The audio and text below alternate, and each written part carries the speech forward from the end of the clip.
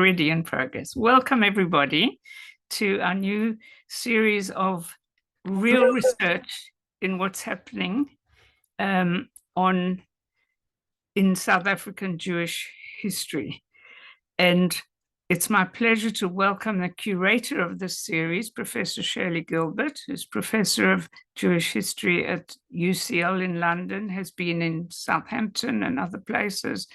And she's also the co-editor of the Jewish Historical Society journal, which I think's got a new name. And so she'll tell you about it, and she'll introduce our speaker today, Gavin Beinart-Smollan. Shirley, please. Thank you very much, Geraldine. And hello, everybody. It's really wonderful to welcome all of you. As Geraldine said, I've curated this little series together with Adam Mendelsohn, who many of you will know from the Kaplan Center at UCT. And we co-edit the journal, which is titled Jewish Historical Studies, a Journal of English-Speaking Jewry. So it's the official journal of the Jewish Historical Society of England. But what we've done is to widen its remit beyond just Anglo Jewry to look at English-speaking Jewish communities across the globe. And in the first issue that we co-edited together with Avril Alba at the University of Sydney, we focused on South African Jews. So part of the idea behind having this series was to showcase a little bit of the amazing research that is coming out about South African Jews. And indeed, Gavin Beinart-Smollan, our wonderful speaker for tonight, who I'm honored to be able to introduce, also contributed to this issue. And what I'll do is, once I've finished introducing him, I'll pop into the chat, if it's okay, Geraldine, a link to our special issue. It's all open access, so you can read all the articles. And in fact, I will be speaking next week in the last little session of our series to give a kind of overview of the research that's been done until now and what people are doing at the moment. But today we have the treat of listening to Gavin, who is a public historian and also a PhD candidate in history and Judaic studies at New York University. His dissertation is titled Fragile Ties, the Translational Family Relationships of Lithuanian Jews, 1899 to 1949. But Gavin's work, amazingly, is much more wide-ranging than just his PhD research. He's also very involved in public history. He is the creator of the South African Cookbook Project, South African Jewish Cookbook Project, which I know there are some resources of on the whole website. And it's a fantastic project. There's an article about it in the special issue. He's also the public historian in residence at the Jewish Board, which is a large mental health agency in New York City. And he lives in Stamford, Connecticut with his wife and daughter. And tonight he's going to be talking to us about yet another area of research. His talk is titled Finding Displaced Relatives, How South Africans Found Their Missing Loved Ones During and After the Second World War. Gavin, I will hand over to you. Thank you so much, Shirley. Thank you, Geraldine. Thank you, Gail. I just have to say before I start this talk that I really love this group. It's not the first time that I'm participating. I think it is just wonderful to bring together academic and community historians. And I do that kind of work in my day-to-day life, and so this is a really fantastic thing. So thank you for inviting me. I'm honored to be here. So I will share my screen with you.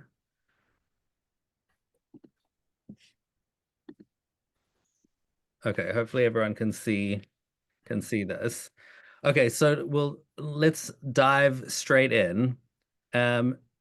So let's imagine that you are a Litvak immigrant in South Africa, and the year is 1941. So more than likely in 1941, you have some relatives who still live in Lithuania. They could be close relatives, you know, mothers, fathers, brothers, sisters, or maybe more distant cousins. And either way, you have probably been keeping in touch with at least some of them for many years prior by exchanging letters. And letters and photographs, it's important to note, even at this point in the 40s, are still really the only affordable technologies available to keep these relationships going. telegraphs exist, etc. But letters and photographs are the way that this is still done, mostly even at this time. But now, of course, 1941, the war has broken out, and keeping in touch with those relatives, obviously even before this time, keeping in touch with those relatives in Europe is now far more difficult. So by April of 1940, Britain had already suspended all mail to Northern Europe, including Lithuania. And then, as we know, on June the 22nd, 1941, the Germans invaded the USSR, remembering, of course, that Lithuania was already a Soviet republic by this time. So the German invasion and the chaos that ensued from that invasion immediately cut off all the remaining avenues of communication between Lithuania and the West, including South Africa. A few Lithuanian Jews had managed to escape into the Soviet Union before the Germans reached them, and there's some wonderful scholarship on this general topic if you're interested. In the South African context, there were a few messages from these refugees that trickled through to relatives in South Africa in late 1941, early 1942, and you can see you can see a translation of one of these letters that actually came to the South African government and is held in the National Archives of South Africa in Pretoria. So a very few of these messages came through, very, very few. Most South African Jews, as you can imagine, found themselves completely in the dark, unsure whether their family members had been able to escape into the Soviet Union or whether most likely they had been caught behind German lines. We know from reading newspapers like the South African Jewish Chronicle that in 1942, rumors of the German atrocities had started to circulate in South Africa. And if I'm not, I don't remember where the citation is, but it's very possible that Shirley herself has talked about this. Shirley will maybe can tell us more in the question session. So requests for help from around South Africa began to pour into the offices of the South African Jewish Board of Deputies in Johannesburg, which is and remains, the central clearinghouse for the South African Jewish community. What's interesting, though, is that the Board of Deputies did not immediately step in to assist these family members. Jewish leaders had concentrated primarily on setting up an organization called the South African Jewish War Appeal, which was to provide general relief to victims of the war in Europe, rather than assisting South African Jews to find their immediate family members in Europe. And I think I think that this is probably quite easy to explain when you realize that the elite kind of leadership class of South African Jewry mostly had roots in earlier waves of immigration, and so they were probably less likely to have those same kind of immediate visceral connections to family members on the Eastern Front in the war zone. But as you can imagine, and I think many of us can identify with this, the Litvak immigrants in South Africa were not shy to make their feelings known. And so here's a quote from a representative from, I guess you could call it a Landsmannschaft, the Vilna Sick Benefit Society at a March 1942 meeting. He said, "We all have relatives and friends in that hell. The majority of funds raised should go to our kith and kin in the war-torn areas," i.e. this argument is not to general relief, but to supporting people's family members who are in areas affected by the war. So these regular South African Jews kept writing in. They kept asking the board over and over again to do something about these missing family members. And the need for some kind of infrastructure to assist immigrants in finding their relatives became more and more pressing. there was a lot of arguments around this, and some figures in the South African Jewish establishment actually questioned, should we set up a specific Jewish organization to do this work? Because the broader context is that the International Red Cross had already begun its international tracing activities, and South African branch of the Red Cross was accepting at this time tracing requests from locals. So why double up this work? But you can see in the correspondence that the necessity of this, of specifically Jewish involvement, becomes clear to them. Because if you think about it, the Red Cross had 17 million names on its books by 1944, and a Jewish organization could provide far more targeted service to its constituents.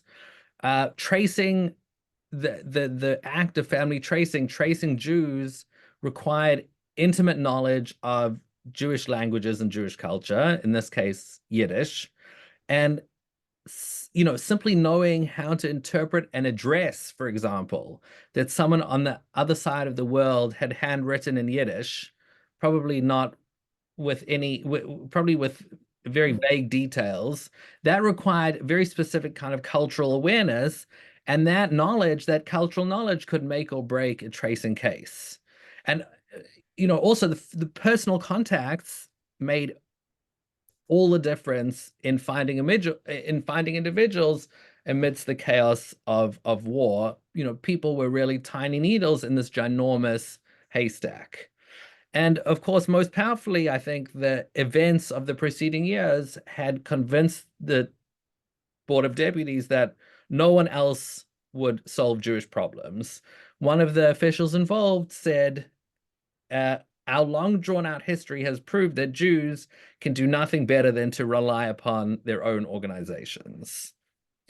So, talk of this started to circulate. They came up with these memos of how, what this organization would involve. The main idea was to, you can see in point A over there, to pull information sought for and given by relatives and friends in South Africa or people in Eastern Europe.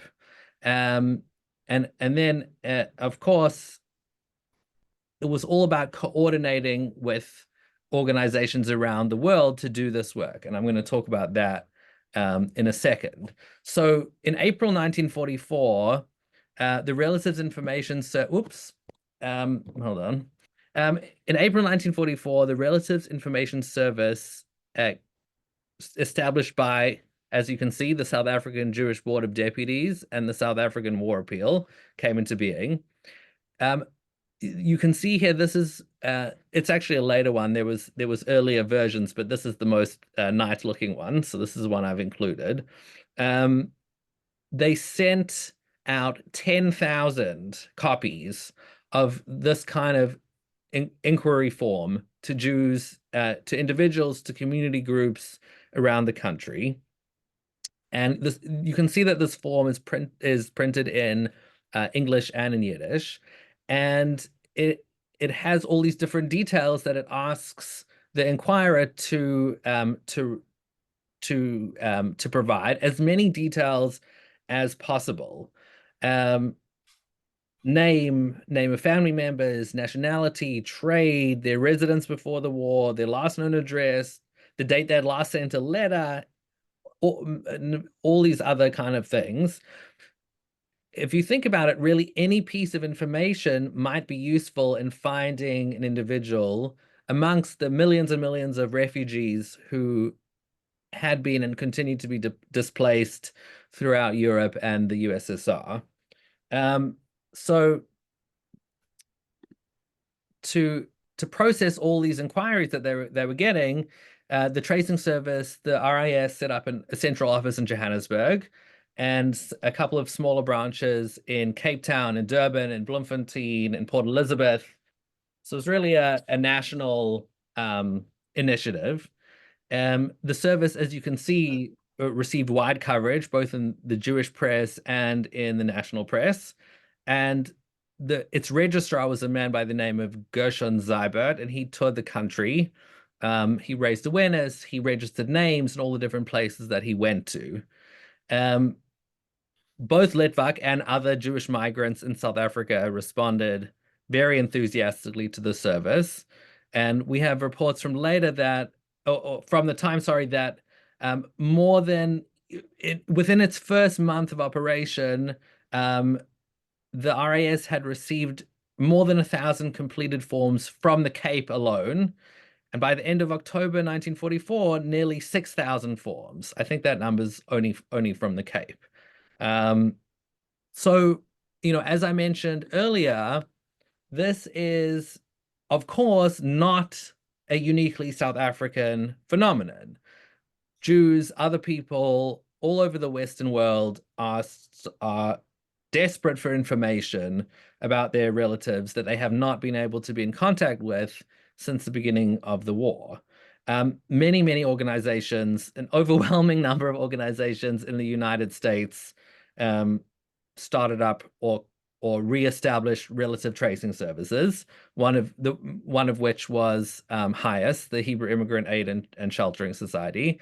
And you can see from this fantastic little 1942 infographic that in 1942 alone, the Highest Missing Persons Bureau received more than 44,000 letters from people across the United States requesting help to trace their family members in Europe and the Soviet Union. So obviously the South African case is a drop in the bucket compared to the global situation.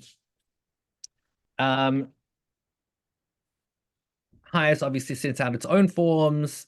And one HIAS report claimed that HIAS headquarters received literally thousands of filled-in forms every day. And as an aside, I think this topic is so fascinating because it is a mass phenomenon.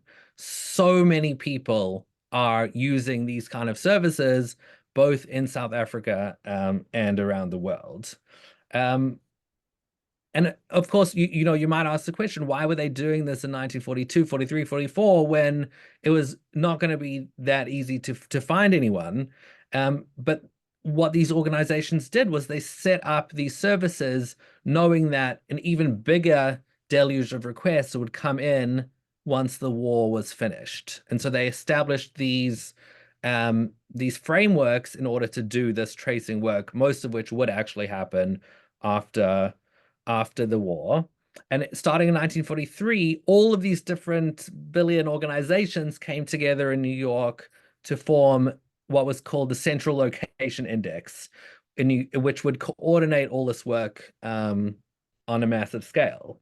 And of course, the Relatives Information Service in South Africa knew that this was a global effort. They knew that they would need to coordinate with all these different groups. And they knew that they would need to tap into this broader tracing apparatus. So the RAS sent letters to tracing organizations, not only in the United States, but in Britain and Argentina, et cetera, making their services known, making it known that there was a partner organization in South Africa and requesting their cooperation. So inquiry forms would come into the RAS offices. The RAS workers would compile the information into lists, and then they would send these lists to dozens of tracing services around the world, including the Central Location Index. And what you can see here is early 1945, the Relative Information Service sent a 234-page list of names of sought-after relatives, mostly of Litvak origin, but also not, to the Central Location Index. And this document I found in the archives of the Central Location Index, and it is a fantastic source for South African Jewish genealogy, and I'm going to talk about that at the end. So, in return for sharing their own lists, the RAS had already, even before the war ended, begun to receive lists of survivors from this global network. And as the Allies pushed forward and liberated more and more of the continent, new lists continually became available. Groups of concentration camp survivors at the end of the war worked to compile their own lists. Jewish relief agencies compiled lists. Everyone was making lists. The RAS publicized the lists in the South African Jewish press. And what you can see here is a column called Relative Sort, which was published in the South African Jewish Chronicle in every issue from around 1944, I believe. Again, another fantastic source for genealogy because it's full of names. And I will talk about that again in a second. They publicized these lists. They also invited members of the public to come to one of their offices to look at the lists in person. Reports from the organization claim that hundreds of people, again, it's really a mass phenomenon, hundreds of people streamed into their offices to pore over these lists of refugees who had been located across Europe. And so if you can imagine, you can kind of see here, this is a very just simple dry list of typewritten names. But if you can imagine yourself again in the position of someone, a Jewish immigrant in South Africa at this time, who hasn't heard from their relatives and doesn't know what happened, these lists contain such incredible possibility that one of their European relatives had survived against all of these odds. And there's reports afterwards of visitors coming in this hushed silence, and suddenly there would be a cry of, "Oh, here's my sister. Oh, here's my father," which is a very a moving sight if you can imagine it. So in July 1944, the Red Army entered Lithuania. And in January 1945, the Soviet forces drove the Germans from Klaipėda, which ended Nazi rule in Lithuania. And Germany surrendered 4 months later. Lithuanian Jews who had survived the war in the Soviet interior began to trickle back into Lithuania in the autumn of 1944. And the reestablished Lithuanian Soviet republics slowly started to reopen connections between Lithuania and the West. You can, did I put it here? The United States Post Office announced the beginnings of limited mail service to the Baltics in February 1945. And that's on the right over there. The South African Jewish Chronicle reported that Litvak migrants could now send parcels via Tehran to relatives in Lithuania itself. By the way, the history of Tehran and the JDC in the war is a whole other story that's really, really interesting. So the Relatives Information Service received multiple lists of Lithuanian Jews who'd survived in the USSR, and actually the war appeal worked with the South African Treasury to enable South African Jews to be able to send money to family members in Lithuania. By 1946, the Relative Information Services had fielded a kind of remarkable, I think, 15,000 requests from South African Jews and possibly some non-Jews to trace their relatives in Europe. Thousands of relatives in Europe, it doesn't say exactly how many, but apparently thousands, wrote to the RAS to ask for help in tracking their relatives in South Africa. And apparently on that side, European Jews trying to find relatives in South Africa, the RAS was able to track down those South African Jews in 75% of cases. So you could see it actually worked both ways. It was people in Europe looking for people in South Africa, people in South Africa looking for people in Europe.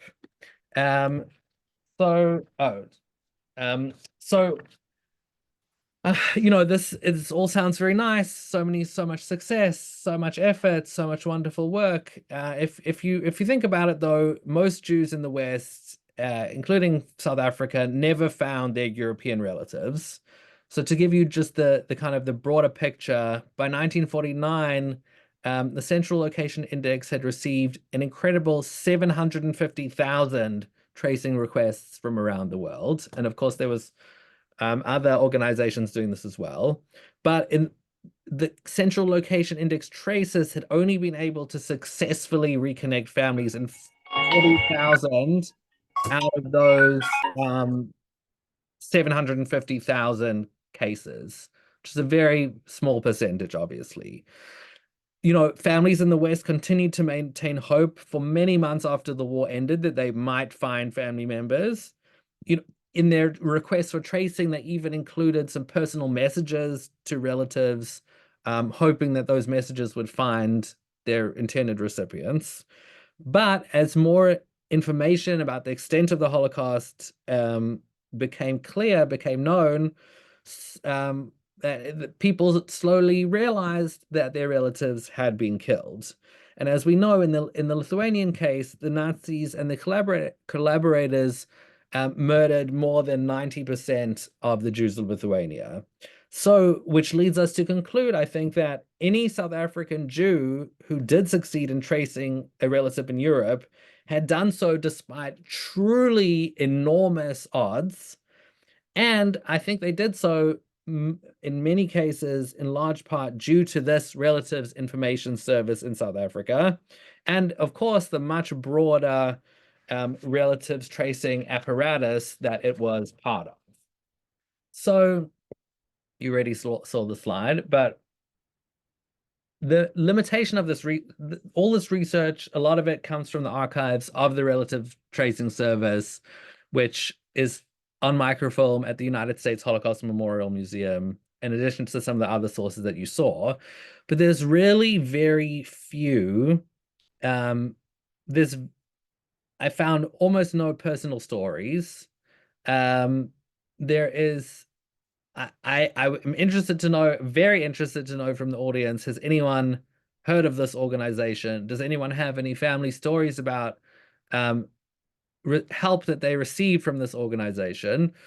So this is what I would really like to keep collecting. You know, my dissertation in this particular chapter talks about the history of one family, and it's not clear, though, whether they used this service or not. They did find each other, but I'd love to get some more direct connections. And so, as I mentioned before, there's these two fantastic lists. And so the next step is to hopefully make these available to family history researchers to index them. The list from the Central Location Index will be much easier to do. The South African Jewish Chronicle would be a much bigger job. This is definitely not something that I can do by myself. So if anyone is interested in helping, perhaps you have some experience doing names indexing for other genealogy projects, or you don't, either way is fine. Please contact me, and maybe we can figure it out together and provide this resource for other South African Jews to find their family members. So yeah, I would love to have any questions, and maybe if anyone has come with any information about their own family connection to this relative tracing work, I am all ears. So thank you. Fantastic. Thank you so much, Gavin. Really fascinating research. And I think both, as you said in your introduction, as somebody who straddles the academic world and the public history world, it's fantastic that you're bringing all these, drawing out all these amazing questions of scholarly interest, and at the same time, work that I think can really interest a broad public. So I have lots of questions, but I see that Leon already has his hand up. So I will not abuse my position as chair this time and go straight to Leon. Thanks very much. I thought Gavin might be interested in my particular family story. My father was born in a shtetl called Utian in Lithuania. He had a sister and a mother. His father was kidnapped by the Cossacks when they raided the shtetl when he was a little young boy. So his mother was very concerned before the outbreak of the war in the night, it was about 1920s, that she encouraged him to leave Lithuania. And he eventually did in 1929. He was 17 years old. He left his mother and his sister, who was at the time probably, he was 27, I don't know, she was much younger, about 14, I think. Anyway, he lost complete contact with them. Basically, correspondence couldn't go through from South Africa to Lithuania. And, he tried to use the Red Cross. Obviously after the war, there was nothing they could do during the war. But they actually gave him no assistance. I think he tried through the Jewish board. They said there's nothing they can do. After a few years, the Red Cross got back to him and said that and he told them that his sister was exiled with her husband to Russia. And he didn't know where. He just knew it was Siberia, somewhere in Siberia. That's all the Red Cross would tell him. What we eventually found out, how we made contact actually, was a few years ago in 2019. I had placed my family tree on a website called Genii, and my father's sister's great-granddaughter had put their family tree on a similar website, and the two linked together somehow. And my aunt, my father's sister, the great-grandchild, her name was Nadia.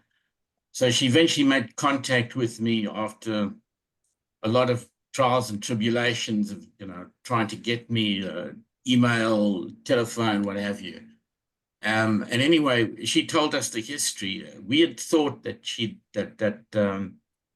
my aunt, my father's sister, had perished because she was exiled to a little, one of these pale settlements, as they call them.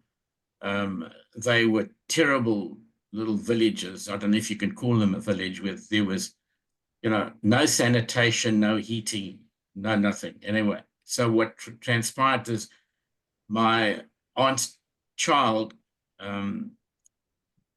she became very ill, I think with meningitis. She lost her hearing and became mute because she was too young at the stage to learn how to speak. And they were in these shtetls or settlements for many years until they were eventually allowed to move out, and they went to a bigger city called Tomsk in Siberia. So I thought it's an interesting story. I've actually documented this whole process of how we found them. And I've posted it on the Kahila Links website, the Kimberley website, it shows it, and also the Utina website in Lithuania has also got the posting of the story. It's a very interesting story. It took us 90 years to unite the family. And it's quite interesting. It actually even made the news here in Canada.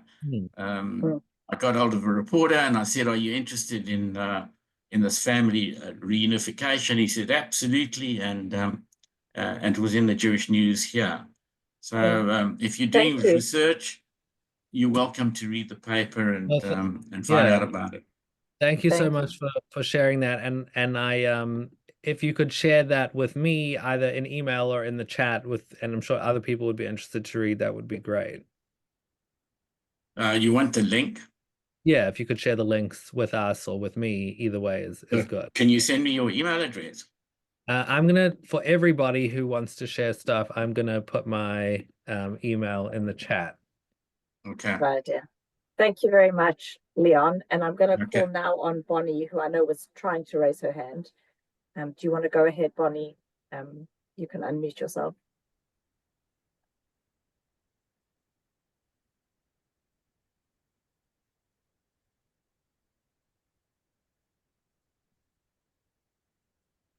Because I'm not a host, I can't ask Bonnie to unmute herself. Geraldine, maybe you can. Sorry. Oh, there you go.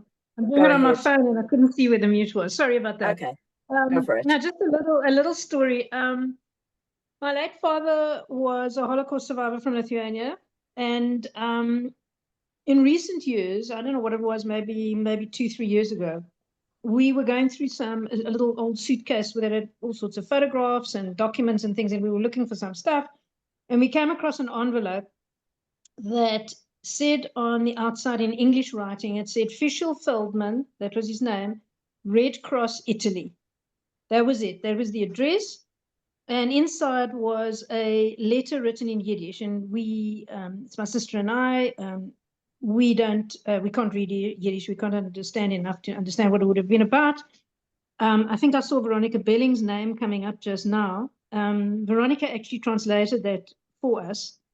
And it was a letter from my father's brother in at that stage actually in Bulawayo in the then Rhodesia. Subsequently he moved to Johannesburg. And the letter basically expressed a very emotional letter saying, I did not know what was going on. If only we knew what was going on, we would have done something, etc. But I'm so pleased. I hope this reaches you, that we can find you. And obviously it did reach him because we have in our possession that envelope that says Fischl Feldman, Red Cross, Italy. So how it got to, I don't know how my late uncle would have got to would have known to send it to the Red Cross, where he was helped in Rhodesia to do so. But I found it amazing that a letter that just had that address on it actually reached the person in the end. And subsequently, my father actually went out to Bulawayo as well, brought up by that brother in later years.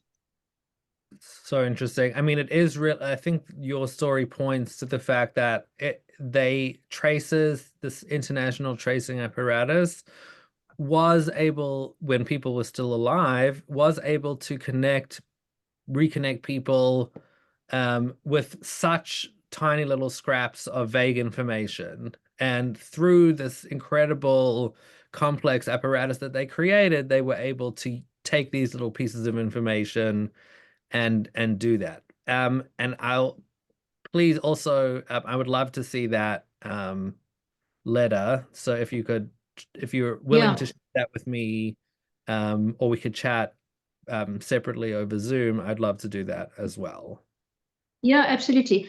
Just another question I was wondering while you were talking, where were the lists actually put up? Because I also remember my mother, who was born in South Africa and living here, but she used to tell us that during the war years, she used to go down, well, no, it must have been in the immediate aftermath of the war. She used to go somewhere in Cape Town with her mother to look at the Red Cross lists, and I don't think they ever found anybody. But I just wondered, where were they displayed? Do you know? Well, I'm so happy that you just said that, because that was the piece of information that I wanted to hear from someone in the present who actually knew about this process of going to look at these lists. I think they were in the offices of the Relatives Information Service, which was was a project, an organization founded by Jews, by the South African Jewish Board of Deputies. And what's interesting, if I'm not mistaken, is that they they also helped non-Jews, and they kind of acted as a local repository or kind of clearinghouse for South Africans in general to find out this information. And that's actually something that happens across the world in the First World War as well, which hopefully one day you'll be able to read about in my dissertation/book. But that's actually quite a not unusual thing. So yeah, in probably in the offices of the Relatives Information Service in Cape Town. Thanks. Thank you. Colin is next on my list. Okay, can you hear me? Am I? Yeah. Good. Okay, I'm calling in from Jerusalem in Israel, and I arrived here in the year 2000. Now, I knew that after the war in Israel, they had a regular radio program called Medor Chipus Krovim, which was exactly what we're talking about, a radio program for finding relatives. And names were read out over the radio for years and years after the war. I thought this had stopped, and when I arrived in the year 2000, I picked it up on the radio, and I used to listen. I think it was weekly. I was watching out and listening out for family connections because I'm originally from Cape Town, listening specifically for the village of Plunyan, the town of Plunyan, which I was researching. Nothing ever came up, and I thought of actually writing in, and I could have sent them a message to announce on the radio, to call it, and let people know that I was doing this work. But I was amazed, and I realized, and they explained that after the mass aliyah from Russia in the 1990s, this included Lithuania, of course, Jews were arriving in Israel and they were looking for their relatives, much like after the war. So this, I don't know what happened to it. It disappeared after a number of years, but early in the 2000s, at least 2004, 5, 6, this was a regular feature once a week on the radio. You called in with names of your relatives, or people submitted their names, and this was a living thing that actually continued to exist even at this late stage. I'm sure they have records if one wanted to connect up with them and to find out, because you'd obviously call in and ask about Lithuania, South Africa, and find the match. But I thought I'd just share that with you, this particular radio program. Yeah, no, that is such an interesting thing. And I mean, it speaks to what Leon was saying before, that these tracing efforts continue to this day. The Red Cross continues to do tracing work. And yeah, those records are available, and they are available. And if people are interested in finding out about Israeli relatives and what they did to try to reconnect with family members, that is the source to go for. But thank you for sharing that. That's great. Thanks. Margaret is next. Yeah, Gavin, I've got two different kinds of questions. The first is they're related to bits of research I've been doing. The first is about a couple who were hidden in Lithuania, and they ended up coming to South Africa around about 1945. And I very much would like to know who they stayed with and how they got found. And so that, I never knew there was a list. So now I know there was a list. So it's possible that they're on that list. And so that would be one thing I'll write to you and ask you about it. And the other thing is how much work of tracing was done in the Soviet Union, because I had an aunt who was living there, and she wasn't she wasn't sent into the Soviet Union. She was living in Moscow, and they actually, how would my mother have found out that she was alive after the war? Because I think she did know. Right. So firstly, on your first comment, yes, this list is very exciting, and hopefully we can. I think, like, we'll index it, maybe one day if people are available to help, that'll eventually get done. But I think maybe what would make sense to do is to post just the PDF of the list, not the South African Jewish Chronicle, but that list that South Africans, the South African organization sent to the Central Location Index. Maybe I'll talk to Geraldine afterwards, and maybe we can put that on the whole website so that people can, even if they can't search, they can browse through the list. And of course, I'll share it with you personally as well.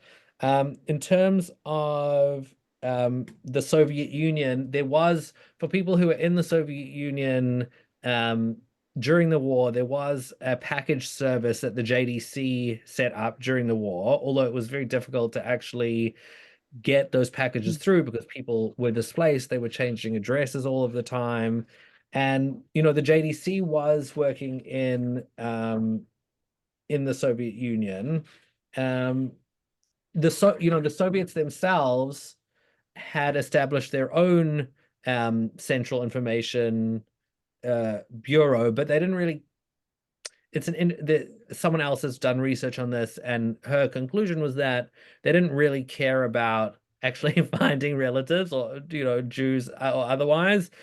It was kind of a morale propaganda exercise to boost morale in the fight against the Nazis. that you could find your relatives, and it was really designed for people in the Soviet Union. They didn't really care about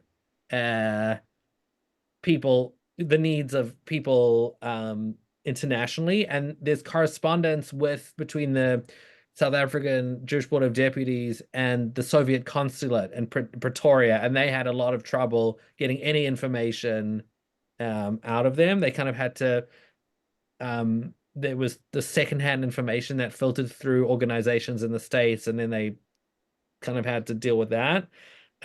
Also, if you wanted, the Soviet consulate made people come into their offices directly rather than dealing with the RAS. So it wasn't kind of a mess. But eventually, I think all of these tracing services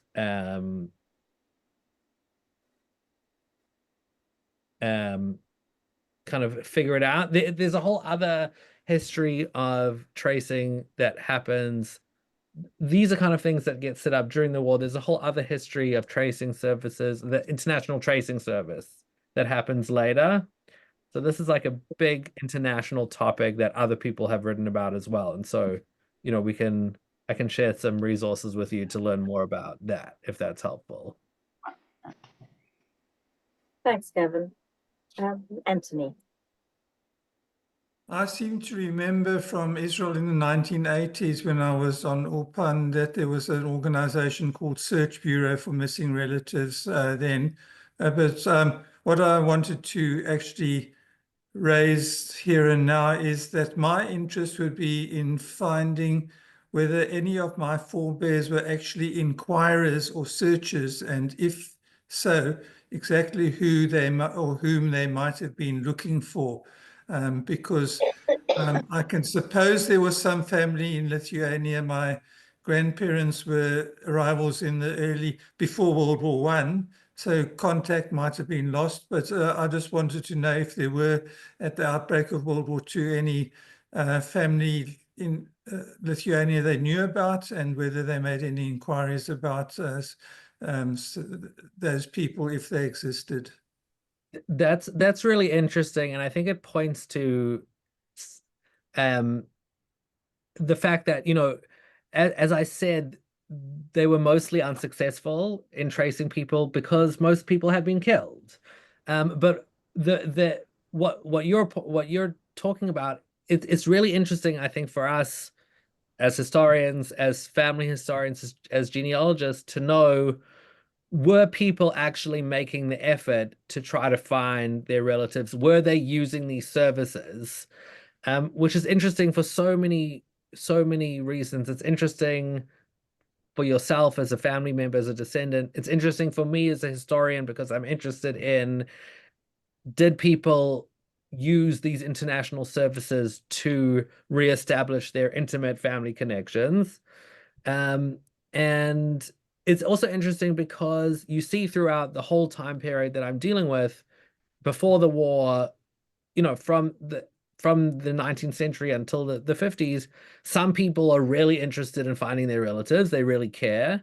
And some people, not so much. You know, some people, it's not a priority. They've left all of that behind.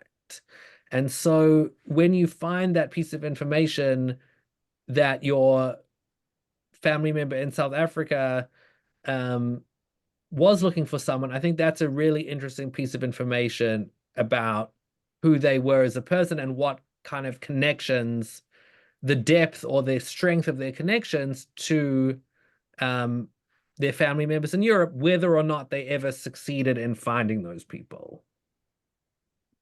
Just if I might add something, I once came across a reference to a person with the surname of Solominus, which would be the Lithuanian version of Solomon, which was my grandmother's family name. The grandfather's name was Pam. Being parachuted into Lithuania as one of the earlier starters of a partisan command, because that was after, I think about 43, the Russians realized that they needed to support the partisan movements and properly organize it. So they started parachuting officers into various occupied territories to provide liaison and organization for the partisans. And I just came across this name in connection with Lithuania. So it's always been a question, was this perhaps some relative, distant or otherwise? But, you know, I haven't taken that research any further. Keep digging. That sounds very interesting. Thank you Thanks. anyway for your presentation. Very interesting. Veronica, please go ahead. Sorry, is it for me? No, Veronica first and then Veronica. Gail. Oh, Yeah. fine. Sorry. Yeah, now I just wanted to comment. I'm not very close to your subject, Gavin, because my grandparents on both sides, they arrived here in 1903. So it's just, we don't have that connection. And even when I try to follow up my Boba in particular, her maiden name was Melamed. And I mean, it's just too common a name. You just get nowhere. But I just wanted to comment to ask if you're also looking at the Yiddish newspapers, because that's where my research is. And I do see the column Krovim gesucht. So I don't pay much attention to it, as I said, because I don't feel very close. But I just wanted to mention that. That's fascinating. Which newspaper is that in?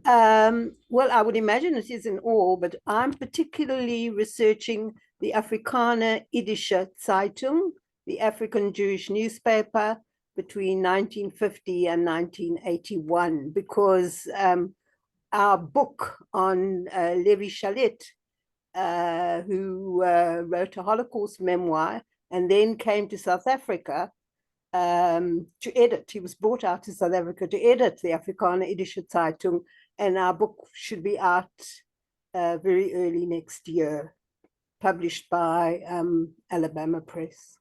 Very exciting. I am obviously, as you know already, looking forward to that. But I would love to talk more about this with you separately, this Krovim gesucht, because I think that finding the Afrikaner Zeitung here is basically impossible, and I think I gave up. I think it's probably the only accessible copy is the one that you're looking at. So I'd love to talk about that separately. Well, I'll make a time to chat with you, and I'd love to talk. Okay. Thank you. It does sound really fascinating. Gail, did you want to ask something? Yeah, I didn't really want to ask. I wanted to just say that, the topic is very fascinating, but we took a period in time, a historical period of 80 years ago. And when we remember what life was like then, and there were no social media, no digital services, the mail was very poor, there wasn't fantastic mailing service. I think it's very sort of realistic to think that if there were discoveries of families of other members, it was usually done individually and by initiative of people. And in my particular family, say, my grandmother had a mother and a sister who were obviously killed in the war in Beinart-Russia. And she never sort of pursued it, as far as I know, because she thought that there wasn't any time, there wasn't any purpose in doing that. Gail, I think you're unmuted. Go ahead. Yeah, so I kind of my general understanding of the subject is one of looking for something that it wasn't a practical thing. It didn't really sort of exist in the communities in South Africa anyway. And what would it really help to know, and how much does one really, can one sort of extrapolate to feel or to think that your relative over there was looking for you? What does it really help one to connect to that? So it's just interesting. It's an interesting thing you've obviously presented here, but something that doesn't really sort of fit for me.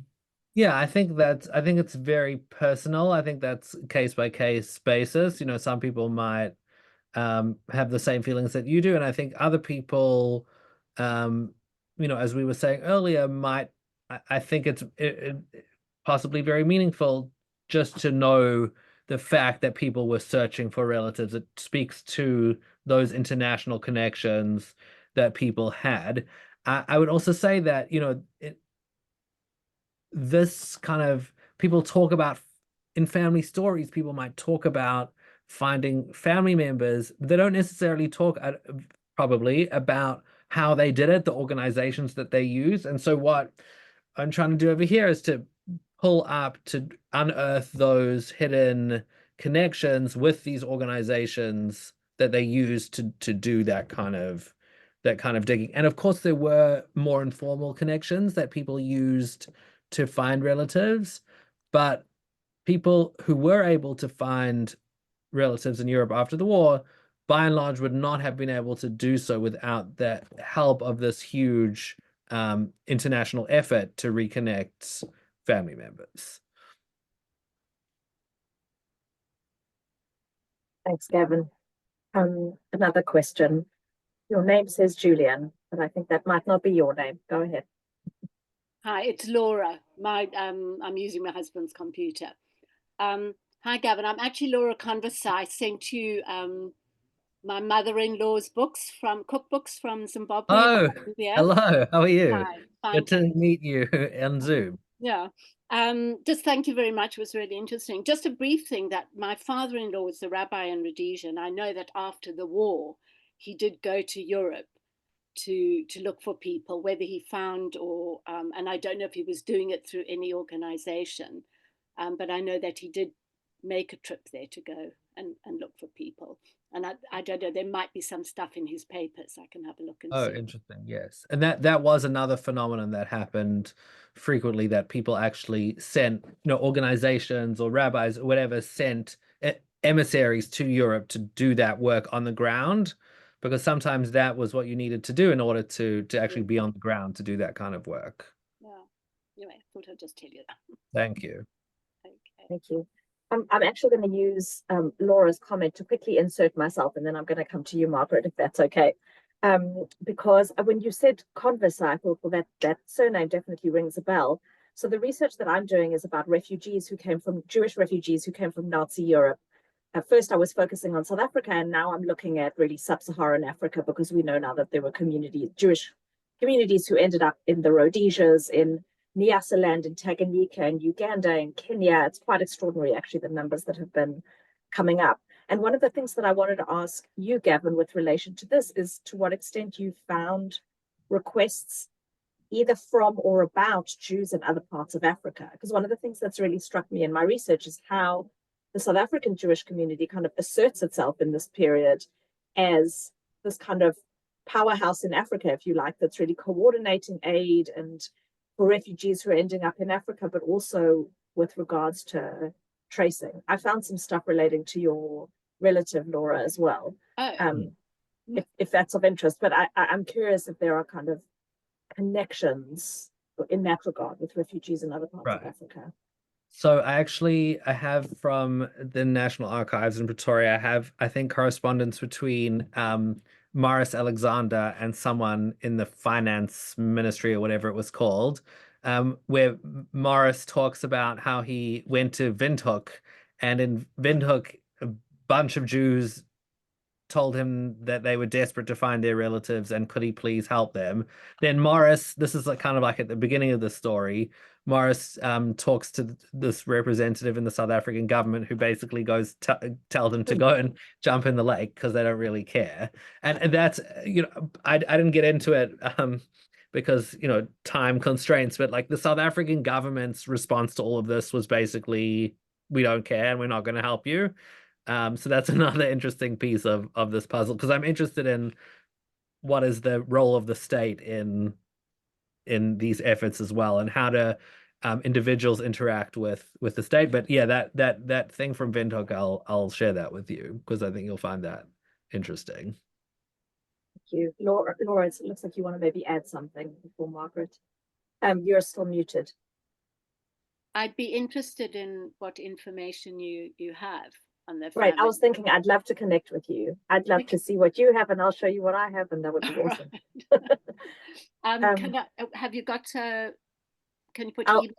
I'll just put my email address into the chat. Just okay, thank you.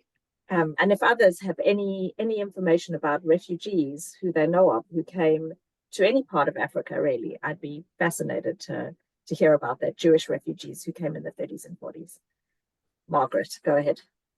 Yeah, it's sort of along the same topic, because I think I've read somewhere that somebody from the Board of Deputies, I don't remember his name, actually went and toured the DP camps. So it's like, how was the tracing done? I mean, you said it was very often, you know, the Red Cross was a bit too, you know, couldn't speak Yiddish and that sort of thing. So yeah, how were tracings done? Who went and did them? I mean, that's quite interesting to me. Yeah, and this is a big topic, and I think it was done in a lot of different ways. It was all of these different organizations, all of these different groups compiling these lists during the war in the Soviet Union, after the war, and all, you know, concentration camps, DP camps. But then there were these emissaries that we talked about. I think there was just everyone was trying to do this. This was such, and it's, you know, more and more historians are talking about this, but I think it's been such a gap for a while because this was such a huge phenomenon internationally. So this was such a focus of individual people's caring, and the requisite amount of attention, I think, is only until recently starting to being paid attention to that.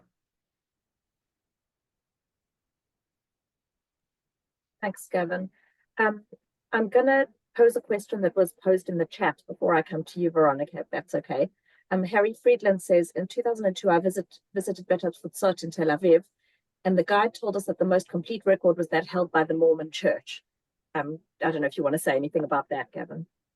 There's actually, I'm not sure exactly which series of records that's referring to, but they are spread through the various genealogical sites and whatever. There are all different kinds of tracing documentation. The International Tracing Service has its own website that you can use to look for family members. And someone, maybe me, if I ever have the time, should probably compile like a central clearinghouse of where to look for tracing documentation for genealogists. Maybe one day we'll get to that. But I will take the opportunity to reiterate that if anyone wants to help index this particular little list, please be in contact, and we will be able to then put that on the grand pile of all the other resources that are on the internet. Gavin, Veronica, go ahead.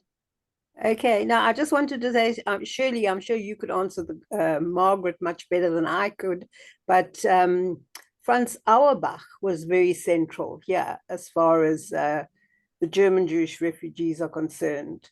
I don't know whether he actually whether he was in the Holocaust or whether he went to the DP camps, but I know that he was at the Board of Deputies, I imagine, yeah. He came to South Africa in 1935 or 1936. I don't remember exactly. He came before the war, but became very involved, obviously, in various Jewish communal organizations and activities. Mm-hmm. I mean, I know that there is also it wasn't just emissaries who were sent, and there were quite a few. I don't remember off the top of my head names, but I know that I've been trawling through minutes of meetings, literally going through the 30s and 40s. I'm in about 1944 now, and they're happening weekly, and it's not just one meeting. So it's taking me a long time. But they sent emissaries, the board sent emissaries to all sorts of places to trace people, to see, not so much to trace people, to check on the status of communities or pockets of Jewish people that they knew were in various places. But there was also a lot of aid sent from South Africa, and also people who went to individuals who went to the DP camps. Gavin, I'm sure you know a lot about this as well, who went to the DP camps to assist with all sorts of things. Right, and I would just add, and Shirley, maybe you're talking about this more in your session and then, you know, the coming session, but you know, this research that I'm doing, the research that you're doing, it's like such a not untouched, but all, you know, and that Veronica's doing, it's like such a neglected part of South African Jewish history until some of us have come along to do it. And so there's just so much to learn that we don't know. Yes, that is part of the challenge. I mean, the archival materials are just huge. Huge. It takes months and months and months and months and months to get through even small bits of them. So, Yes. but yes, there's also some exciting stuff there. Can I ask you another question? Please. I'm really curious just to understand, to kind of zoom out a bit and to understand where this research fits into your larger research project. And I'm really curious about the title, Translational Family Relationships between Lithuanian Jews. Obviously, is it transnational, and it was a typo? It's transnational, but I like translational, actually. Oh, okay. I wondered about that. I like translational.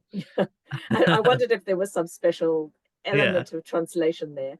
But maybe can you just say a little bit about the larger project and what the connections are that you're looking at? Sure. So thank you for asking that. My research, my dissertation, which will hopefully one day be a book, is about the family, transnational or global family relationships of Lithuanian Jews, 1899 to 1949. So basically, each chapter, I'm going to have 5 chapters, and each chapter is the story of one family, and their global, one Lithuanian Jewish family, and their connections with their relatives in South Africa and in the United States. So I have, I think, like 3 American cases, 2 South African cases. And it's really about that intimate story of their relationship, what it's like to try to create or cultivate a relationship based on letters. And Gail was talking before about that mail didn't always arrive and mail delays, and it was the only way to have a relationship, but it was also came with many, many limitations. But then in that time period, of course, 2 world wars happen and communication is completely disrupted. So it's hard enough during peacetime, but then in wartime, it's a completely other situation. And so this piece about relative tracing in South Africa, I did because my final chapter is, and some Veronica knows about this, and Margaret, I think, was there too. It's about, because I presented this last year in Cape Town, it's about a man in Vilnius in 1946 who is trying to find his brother in Piketberg after the war. He's the only remaining family member alive after the war. He had survived in the Soviet Union. And so this piece of the puzzle was to try to understand how was he able to find his brother in South Africa after the war with he hadn't spoken to him for many, many years with no knowledge of how to get in touch with him. And so this is kind of the background information to that broader piece of that chapter. Thank you. I don't know if you know, just as a side note, but there was a conference last year, or a workshop put together by the Wiener Holocaust Library about letters, and there's a book coming out of that. Oh, good. Okay. If you're interested in kind of recent research on letters, I'm very happy to connect you with them, and they might be willing to share stuff. Please. Sure. Are there other questions, comments, stories for Gavin? Well, it's certainly, Shirley and Gavin, elicited a lot of interest and connections and collaborations. And it seems that there'll be a lot of things flowing from here. So I can only thank you both. Thank you, Gavin, and thank you, Shirley, for creating this to start this up.